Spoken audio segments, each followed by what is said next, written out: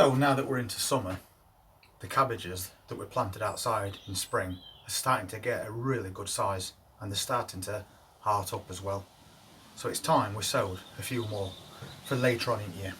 So we've got a couple that we're going to do today, and some are going to mature before the others, so we can carry on that cabbage harvest right through until next winter. So the first one we're going to be planting is Durham, and that's an early cabbage that you plant round about springtime, but you can succession grow it as well. So now these ones outside are all starting to heart up. We'll be harvesting those, and I'll also be freezing them, and I'll show you how to do that on my cooking channel with every other vegetable that we harvest through here, because I froze them for the last couple of years and they've worked out really well. So we'll be sowing some of those now so we can harvest these in late summer, early autumn. Then I'm going to do some red cabbage as well, because it's a pretty versatile plant and you can grow this pretty much most of the year as well. But obviously red cabbage is not just your standard boiling cabbage. You can use this raw in salads and in coleslaws as well. So we'll get some of those planted in ground, and then we could also take early harvests of those instead of waiting for them to form and heart. And then we've got some winter kings, and we sow these June, July, and they're quite slow growing plants, so we'll sow them now and we'll let them stand over winter. Or you could harvest them in late December, because you don't have to wait until it's a full compact head as well. You can take away any decaying leaves until you find a nice small heart of cabbage and take it as that. But it will sit outside right through winter. So you've got two choices with that one. So that's all those varieties that we're going to be sowing today. And as I said before, we need to keep that succession growing right through the year. Even keeping in mind that at some point we'll be planting things out to harvest next spring. And we'll also be doing some Chinese cabbage and all. But that's quite temperamental. It bolts quite easy in summer weathers. So what we need to do with that is sow that in September. And again, that can be eaten almost like a lettuce, because it forms an upright cabbage. And it's a wongbok or Chinese cabbage. And we'll be sowing those in September, so we can take harvests from then through till December. But that's for another video. So I've got these trays again that I'm going to use, and I'm just going to pop a couple of seeds in each one, just in case one doesn't germinate. And I might not need 24 of them, but I'd like to have more than instead of not enough. So we'll put them in these and see how they get on. So I'm just going to fill that with some compost, and the compost has been sieved as well, so it's finer. So filled up, and as always we're just going to firm it down a little. If we make a more compact base for these seeds to rest on, there's less chance of them falling a little deeper and taking longer to break the surface. So I'll just top that back off again now. So I'm just going to make a slight indentation in this compost. And I'm basically doing it central, so when I pop these seeds in, they roll to the centre and not to the edges, but not too deep.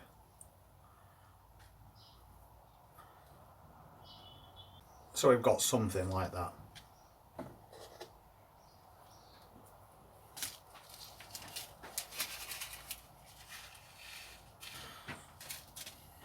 So I'll just start off with these Durham early cabbages. If you haven't got this particular variety, you could use greyhound as well. I know a lot of people get greyhound pretty much through here. So we're just going to drop 2 seeds in each cell.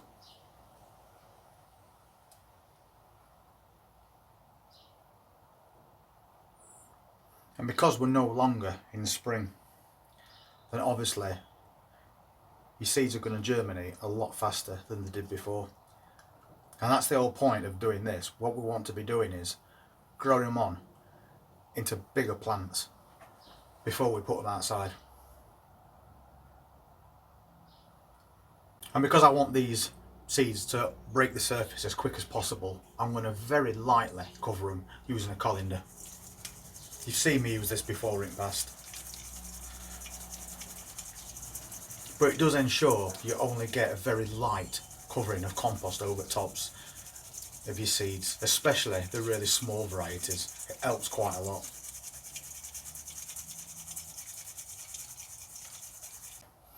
So now we've done that, we'll just smooth it over. Make sure everything is covered properly.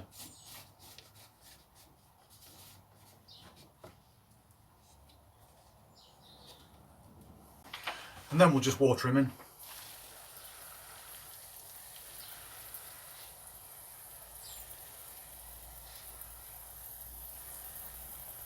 Then we'll pop a label in it so we know which variety it is.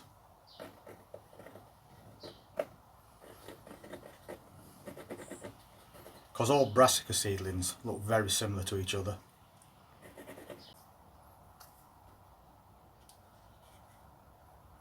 And we're all done. Just make sure that it doesn't dry out while you're waiting for these seeds to germinate. You can keep it in your greenhouse. It'll just help speed up that process a little. And the process for those other varieties is basically the same thing. So next I'm just going to do the exact same thing with the red cabbage. But I'm going to put 3 or so seeds in these because these seeds are actually quite old, so I think we've got less chance of germination, so I'll put 3 or so in.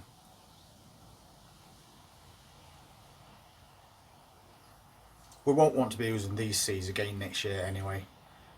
It's frustrating enough in spring to get your seeds to germinate with it being so cool without taking the risk of using non-viable seeds. So we're best off using those up this year.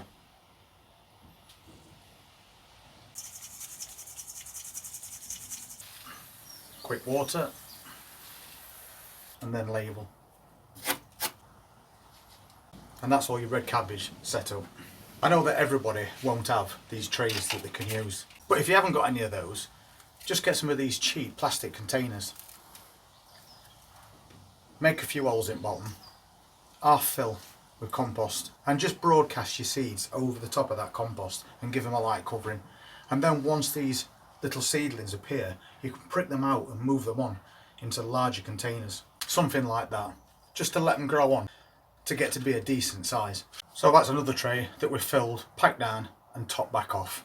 So last one we move on to, which is the Winter King.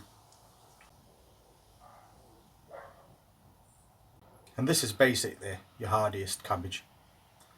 This will stand all the way through winter, right up until next spring. And the best thing about those types of plantings is the cabbage white butterfly has long gone by then. So you don't have to worry about caterpillars as you did through summer. And label. And that's all your new brassicas set up for the next few months. So you've got your Durham cabbages, the first ones that will be ready to harvest. And then we've got the reds. And then of course we've got as winter ones. Winter King, January King. So grow them into really nice plants. Get them planted outside and they will stand all over winter if you want them to.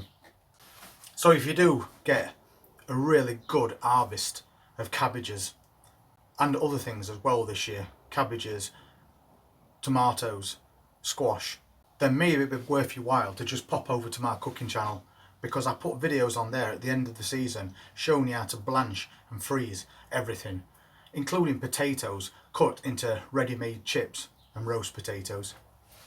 So that might be something you're interested in. There is a link in the description if you want to pop over and take a look at that channel. And I'd appreciate it if you just press that subscribe button as well.